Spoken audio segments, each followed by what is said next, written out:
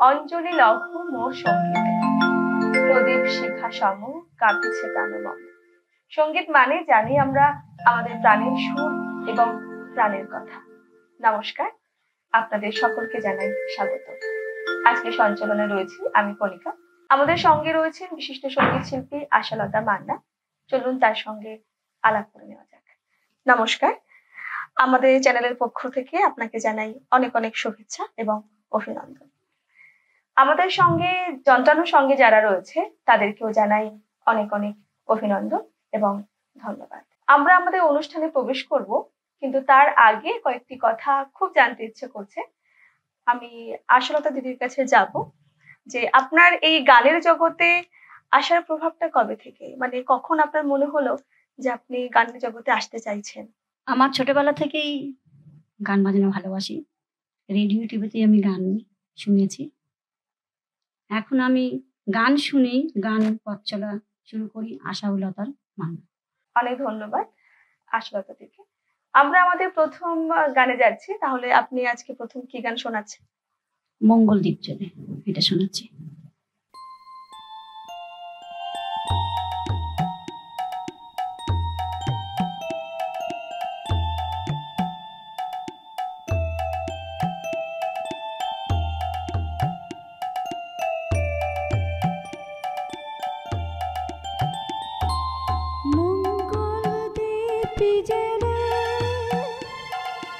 অন্ধকারে দু চোখ আলোয় ভরা প্রভু, তবু যারা বিশ্বাস করে না তুমি আছো তাদের মার্জনা করো প্রভু। মঙ্গল দ্বীপ জেলে অন্ধকারের দু চোখ আলোয় ভরা প্রভু, তবু যারা বিশ্বাস করে না তুমি আছো তাদের মার্জনা করো প্রভু।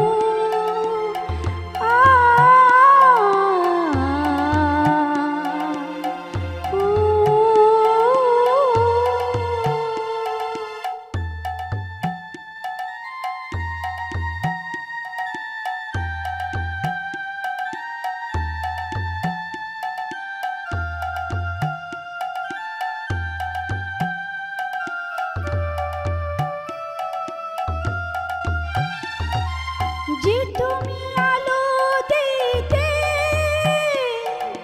প্রতিদিন সূর্য ওঠা, ওদের বুঝিয়ে দাও সেই তুমি পাথরেও ফুল যে ফোটা। জীবন মূর্তি করুণা ধারা ধরো প্রভু। মঙ্গল দ্বীপ জেলে অন্ধকারে দু চোখ আলোয় ভরো প্রভু, তবু যারা বিশ্বাস করে না তুমি আছো তাদের মার্জনা করো প্রভু।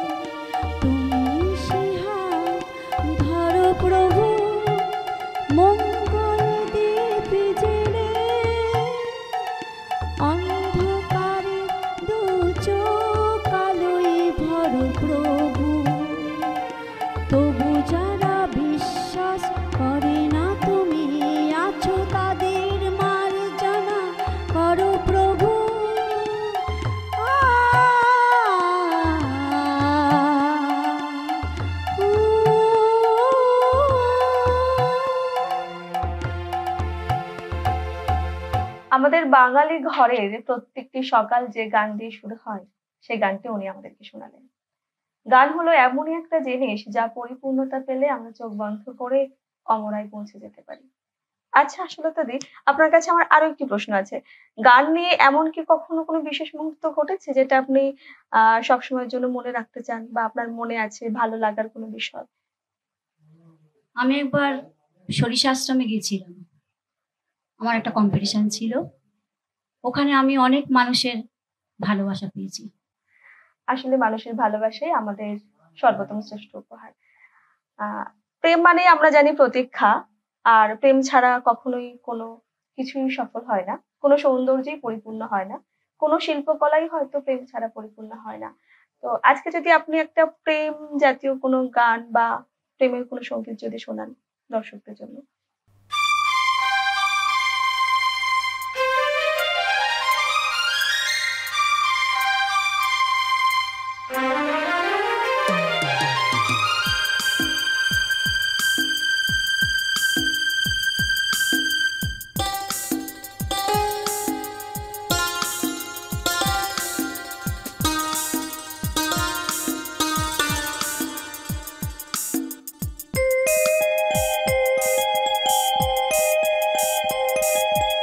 আর কত রাত একা থাকবো, আর কত রাত একা থাকবো, আর কত রাত একা থাকবো, আর কত রাত একা থাকবো। চোখ মেলে দেখবো না তোমাকে, স্বপ্নে রঙে ছবি আঁকবো। ও চোখ মেলে দেখবো না তোমাকে, স্বপ্নে রঙে ছবি আঁকবো। আর কত রাত একা থাকবো, আর কত রাত একা থাকবো।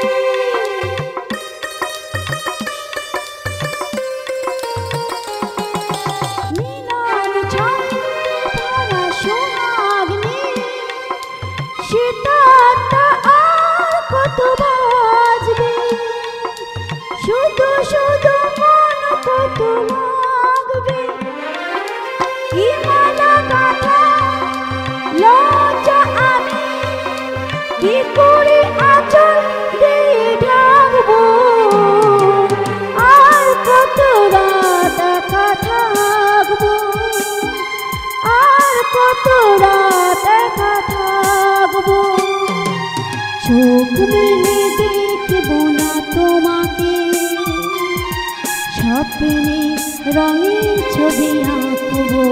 ও চোখ মেলে দেখব না তোমাকে, স্বপ্নে রঙের ছবি আঁকবো। আর কত রাত একা থাকবো, আর কত রাত একা থাকবো।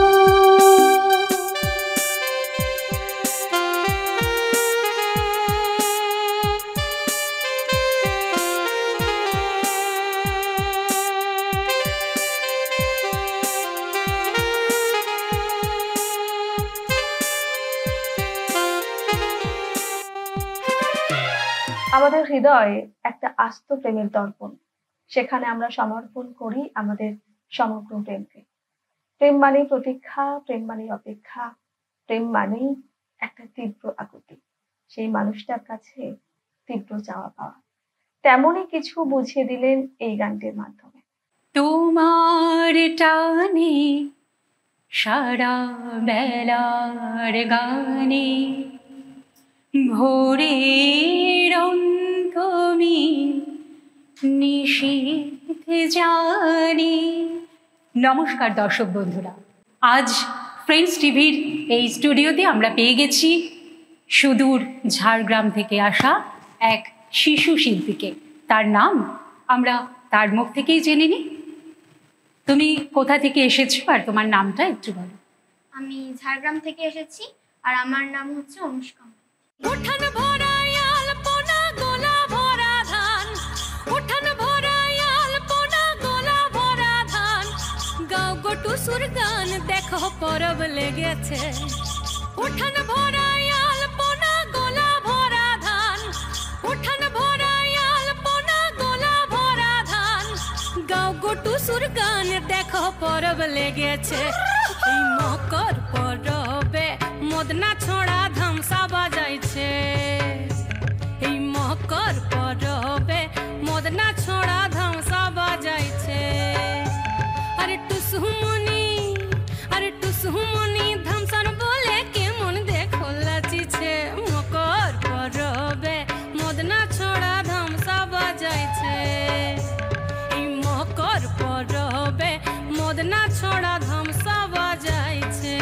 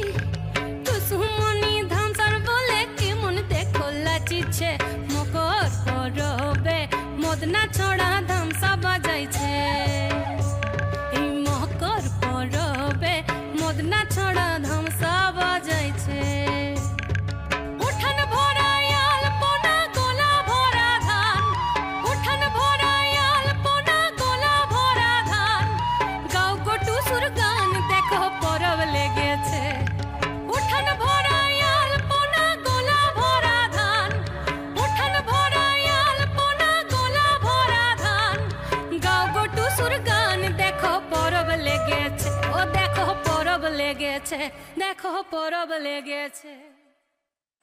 তোমার নৃত্যের শিক্ষাগুরুকে বর্ণালী দোয়া। আর নাচের এই অনুপ্রেরণায় কে কে আছেন তোমার? আমার মা আর বাবা আছে।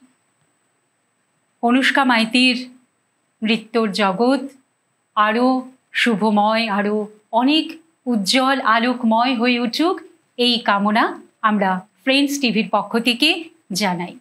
চলুন আমরা এবার নৃত্যের অনুষ্ঠানে ফিরে যাই।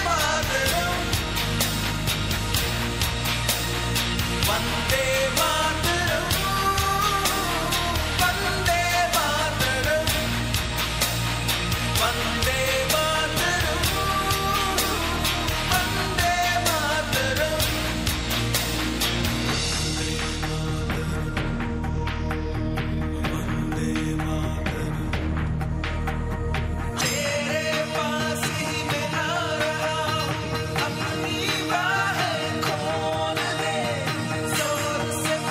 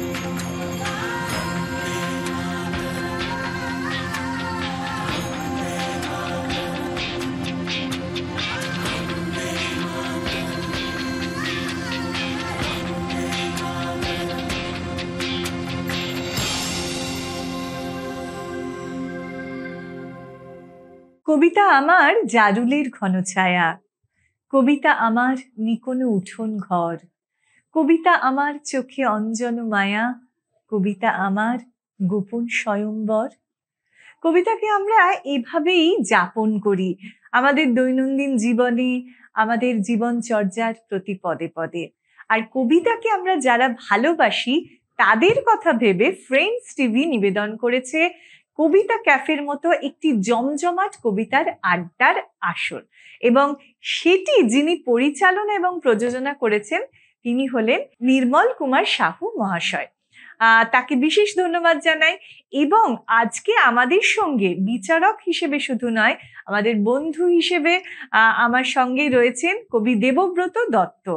আর তার কবিতা দিয়েই কিন্তু আজকের অনুষ্ঠানটি আমরা সাজিয়েছি। আমাদের সঙ্গে অনেক ছোট্ট বন্ধুরা রয়েছে, তারাও কিন্তু শোনাবে আপনাদেরকে কবি দেবব্রত দত্তের কবিতা। নমস্কার, আমার নাম ইন্দ্রাণী মুখার্জি। আজকে আমার নিবেদন কর্মখালি, কবি দেবব্রত দত্ত। পাড়ার মদন পাশ করেছে ইতিহাসে এমএ, চাকরি পাওয়ার চেষ্টা করে যায় না তবু থেমে। মদন পেল গোপন খবর আলিপুরের জুতে বন মানুষের চাকরি আছে, জানতে গেল ছুটে।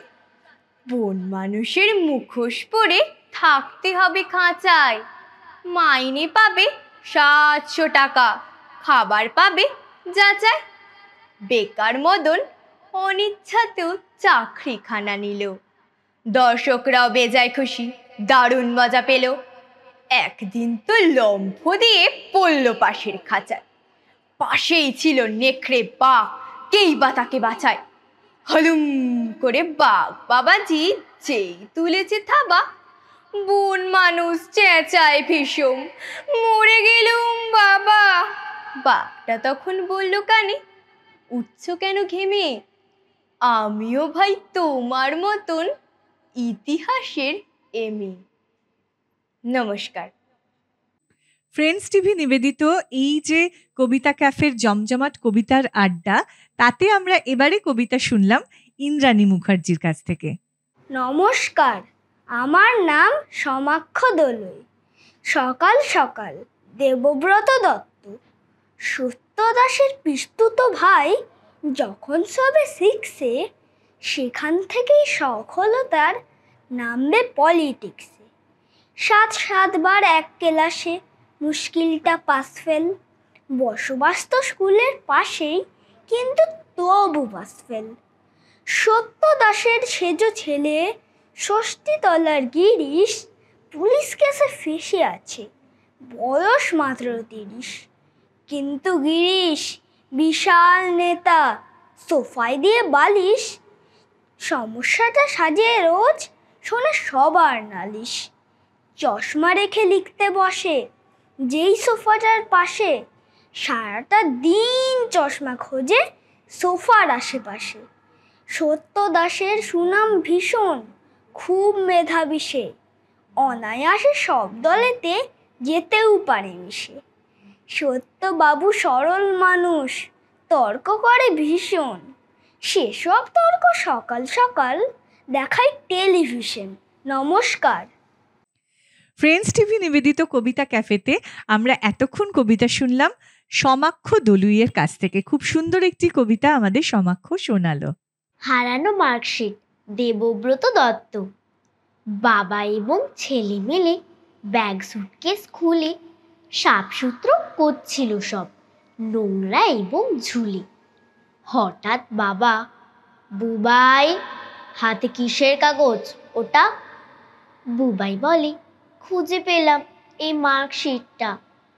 বাবা বললেন, দেখি দেখি, এ কি, ছি ছি, ইস, অঙ্কে 12, ভূগোল 0, বাংলাতে 24। তোদের মতন বয়সেতে পেতাম স্টার ও লেটার। সেই সময় ছেলে মেয়ে ছিল অনেক বেটার। বলল বুবাই, মার্কশিটটা ভুল হয়েছে দেখা। দেখো বাবা, স্পষ্ট করে তোমারই নাম লেখা। ফ্রেন্ডস টিভি আয়োজিত কবিতা ক্যাফের এই জমজমাট আড্ডায় আমরা এবারে কবিতা শুনে নিলাম অত্রিকা দণ্ডপাটের কাছ থেকে। নমস্কার। কবি দেবব্রত দত্তের আদালতে চলছে বিচার। আদালতে চলছে বিচার, কাঠ গড়াতে ভজা, ঠান্ডা মাথায় খুন করেছে, ব্যাপারটা কি সোজা? জজ বললেন বিচার শেষে, কালকে হবে ফাঁসি। আপনার শেষ ইচ্ছে বলে ফোটান মুখে হাসি। বলল ভজা, শেষ ইচ্ছে বলবো কি মন খুলে, আমার হয় ওই দড়িতে আপনি পড়ুন ঝুলে। নমস্কার। ফ্রেন্ডস টিভি আয়োজিত কবিতা ক্যাফের এই জমজমাট আড্ডায় এবারে আমরা কবিতা শুনে নিলাম ইদ্রিশা বাগের কাছ থেকে। খুব সুন্দর একটি কবিতা আমাদের শোনালো ইদ্রিশা। নমস্কার। কবিতা হবু কবির হাইকু, কবি দেবব্রত দত্ত। রাজসভাতে হবু কবি বলেন মহারাজকে, একটা ভালো হাইকু আমি শোনাতে চাই আজকে। মহারাজা শুনে বলেন, বেশ তো, খাতা খুলুন। হাইকু আমার ভীষণ প্রিয়, অনেকগুলো বলুন। হবু কবি হাইকু শোনান। খাচ্ছে বেড়াল মিষ্টি, এক লাইনের এই কবিতা, এটাই নতুন সৃষ্টি। মহারাজা শুনে অবাক, এই কবিতা? হায়, কবিতাতে চরণ তো চাই, বলুন তা কোথায়? সবিনয় কবি বলেন, এই তো বেড়াল কাছে, আপনি নিজে পরখ করুন, 4টে চরণ আছে। মহারাজা শুনে বলেন, রস তো থাকা চাই। তখন কবি বোঝান তাকে, মিষ্টিতে রস নাই। মহারাজা বলেন রেগে, অর্থ একটা চাই। কবি বলেন, গরিব মানুষ, অর্থ কোথায় পাই? ফ্রেন্ডস টিভি আয়োজিত কবিতা ক্যাফের এই জমজমাট আড্ডায় এবারে আমরা কবিতা শুনে নিলাম আয়ুষী পাহাড়ির কাছ থেকে। নমস্কার। লাফিং ক্লাব, কবি দেবব্রত দত্ত। রাম গরুরের ছানাদেরও হাসতে হলো শেষে, হাসি নাকি অসুখ সারায় গোমরা মুখর দেশে। মজার কথা, সকাল বিকেল হাসবে তুমি যত, প্রাণী নতুন সজীবতা বাড়বে তোমার তত। কিংবা ধরো ঠোঁটটি টিপে হাসলে মৃদু হাসি, হাতির মতো পারবে খেতে খাবার রাশি রাশি। সাত সকালে লাগাও যদি অট্টহাসির ধুম, খুশ মেজাজে কাজ করবে রাত্রে ভালো ঘুম। যদি হাসো হো হো হা হা নানা রকম সুরে, দুঃখ কষ্ট ছুটি লাগাবে পালিয়ে যাবে দূরে। গোফের ফাঁকে দিত হাসি, তাও দেখেছি আমি। যেমন ধরো লাফিং ক্লাবে আমার মামা মামি, ঘরে ফিরে মামা আবার মামির ভয়ে ভীত। মামি ধরেন নিজের স্বরূপ দন্ত বিকশিত। লাফিং ক্লাবে যাইনি আমি, তবু শরীর গড়ি, কারণ আমি সুকুমারের আবুল তাবুল পড়ি। নমস্কার। ফ্রেন্ডস টিভি আয়োজিত কবিতার জমজমাট আড্ডায় এই কবিতা ক্যাফেতে বসে আমরা শুনে নিলাম যার কবিতা খুব সুন্দর করে বলল শ্রীতমা মণ্ডল। নমস্কার। আজকে সুন্দর সুন্দর অনেক ছড়া কবিতা শুনলাম, আর তার মধ্যে আরেকটি ছড়া, কুড়ুর কুড়ুর তাক, কুড়ুর কুড়ুর তাক, কে কেটেছে শূর্পণখার নাক, নাক নিয়েছে বেশ হয়েছে তাক্কুড়া কুড় তাক, তাক্কুড়া কুড় তাক, নাকের বদল তাহার দাদার বউকে নেওয়া যাক। হরে রে রে রে রে, কে নিল রে বউকে নিল রে, কুড়ুর কুড়ুর তাক, কুড়ুর কুড়ুর তাক, বউ নিয়েছে কি হয়েছে যুদ্ধ করা যাক। আয় রাক্ষস আয় খক্ষস চেরির দল ভাগ, আয় হনুমান ধর ধনুবার 10,000 ডাক। হা হা হা হা, উদ্ধারিতে পত্নী আজি লঙ্কা শ্মশান বা, কুড়ুর কুড়ুর তাক, কুড়ুর কুড়ুর তাক, কুড়ুর কুড়ুর তাক। আমরা একেবারে সময়ের শেষ গোড়ায় রয়েছি, কারণ আমরা অনেক কবিতা শুনে ফেলেছি আজকের এই কবিতার আড্ডায়। আর এত সুন্দর করে বাচ্চারা এক একটা কবিতা শোনালো, আর এত রকমের কবিতা। দেবব্রত দারও অসাধারণ সব লেখা আমরা শুনলাম আজকে। দেবব্রত দাকে বিশেষ ধন্যবাদ জানাই, খুব ভালো থাকবেন। আর আপনাদেরকে বলবি যে আপনারা যারা আমরা যারা কবিতা থেকে দূরে চলে যাচ্ছি বা বাংলা ভাষা থেকে দূরে চলে যাচ্ছি, তাদের কাছে অনুরোধ, আপনারা কবিতা পড়ুন, কবিতা ছোটদেরকে করতে উৎসাহ দিন। সকলে খুব ভালো থাকুন, নমস্কার।